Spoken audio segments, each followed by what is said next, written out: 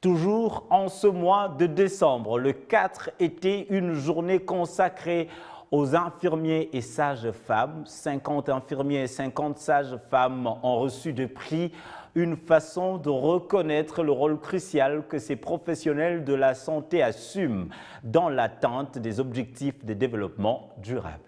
Quand l'Assemblée mondiale de la santé proclamait l'année 2020, année de la sage-femme et de l'infirmier, elle ne savait pas que la Covid-19 allait encore une fois propulser au premier plan ces deux professions. Ce personnel soignant qui sont toujours en première ligne pour s'occuper des malades, prendre soin des mères et des enfants et ainsi contribuer à l'atteinte des objectifs de développement durable. Un dévouement qui mérite reconnaissance. Ce 4 décembre, pour clôturer l'année dédiée à ces deux professions par l'Organisation mondiale de la santé, une cinquantaine d'infirmiers ayant totalisé 20 ans de service a reçu des médailles, une façon de reconnaître leur travail auprès de la population. Une cérémonie marquée par la présence du ministre de la Santé qui leur a rappelé qu'ils sont de véritables héros dans la prise en charge des malades. Chers infirmiers, chères sages-femmes, vous êtes des héros dans la prise en charge des populations, dans la réduction de mortalité maternelle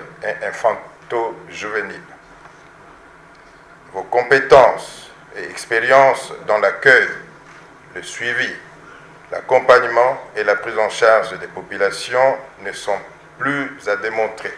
Honoré ainsi que sa corporation pour des loyaux services rendus à la population, le président de l'Ordre national des infirmiers du Congo appelle ses pairs à rester attentifs et à se présenter partout où les décisions qui les concernent sont prises. Dans le système de santé de la RDC, tout ce qui s'y fera sans votre contribution sera considéré comme fait contre la santé et le bien-être de la population.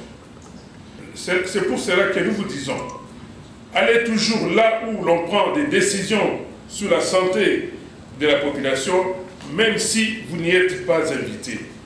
Et si on ne vous donne pas une place, amenez votre chaise. Pour les infirmiers, cet acte de reconnaissance est une fierté. C'est une joie où l'infirmier n'était pas attendu sur le plan national qu'international. Aujourd'hui, l'infirmier de la RDC est reconnu et ce qu'il fait, sa contribution dans la communauté, dans sa population est maintenant dévoilée. Et nous sommes honorés aujourd'hui de voir que nous sommes des personnes reconnues et compétentes dans le monde entier dans le système de santé. Initié par l'ONG PBM Health avec l'appui du Fonds des Nations Unies pour la population, en collaboration avec l'ONIC et la SCOSAF, cette reconnaissance ne va pas seulement s'arrêter en 2020. Elle va s'étendre à travers d'autres projets pour valoriser ces deux professions RDC. Juste continuer à plaider pour les infirmiers, pour les sages-femmes, afin qu'ils puissent être reconnus à leur juste valeur pour l'horizon 2030. Et c'est de continuer à se battre la formation continue des professionnels de santé, les sages-femmes, les infirmiers en néonatologie. Maillon important du système de santé, il faut protéger et valoriser les infirmiers afin de leur permettre de bien prendre soin des autres.